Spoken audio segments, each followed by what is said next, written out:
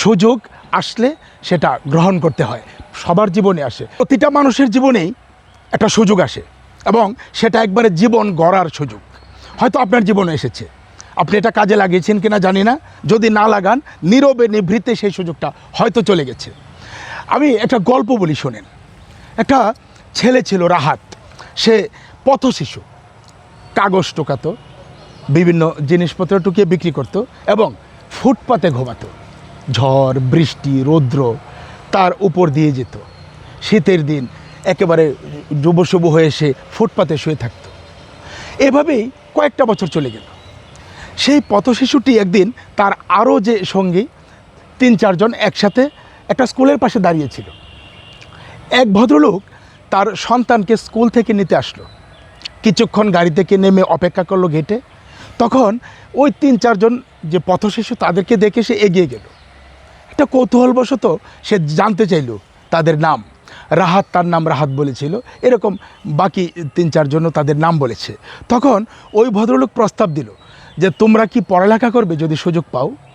তখন শুধুমাত্র রাহাত রাজি হলো যে হ্যাঁ, আমি যদি সুযোগ পাই, আমার যেহেতু কেউ নেই, আমি পড়ালেখা করব।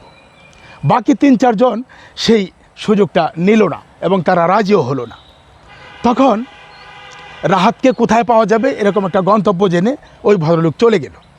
রীতিমতো পরের দিন সে তার সন্তানকে ছাড়া একা গাড়িতে করে রাহাতকে খুঁজে বের করলো সেই গণ্ডিতে যেখানে রাহাতের থাকার কথা।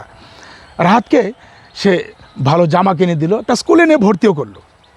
রাহাত সেই স্কুলে পড়ালেখা করত এবং সেই স্কুলে পড়ালেখার পাশাপাশি সে কিন্তু ওই কাগজ টোকানো, মানে ওই যে বিভিন্ন ভাঙারি মাল টোকানো যে কাজটা, সেটাও করতো। তখন সারাদিন করতো। এখন একবেলা স্কুলে পড়ে, একবেলা এই কাজটাও করে। এভাবে রাহাত প্রাইমারির গণ্ডি পেরোলো। দিনে দিনে রাহাত হাই স্কুল মানে উচ্চ বিদ্যালয়ে পেরোলো। রাহাত এখন কলেজে পড়ে। রাহাত খুব ভালো মেধাবী ছিল, ভালো রেজাল্ট করলো। সেই যে ভদ্রলোক যে তাকে এই প্রথম সুযোগটা করে দিয়েছিল, তিনি তাকে মাঝে মধ্যে খোঁজখবর রাখেন যে আসলে সে কেমন আছে, কি করছে। তার ভিতরে যে প্রতিভা, সেই প্রতিভা বিকশিত হলো।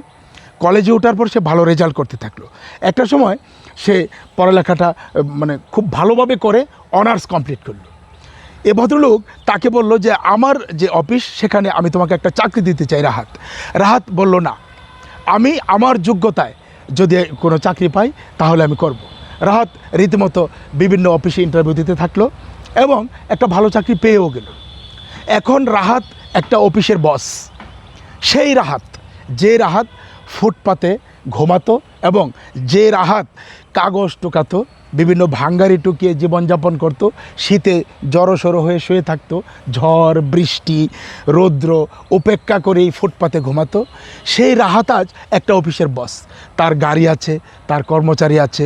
রাহাত এখন টাই পরে এবং স্যুট বুট পরে প্রাইভেট কার দিয়ে চলে।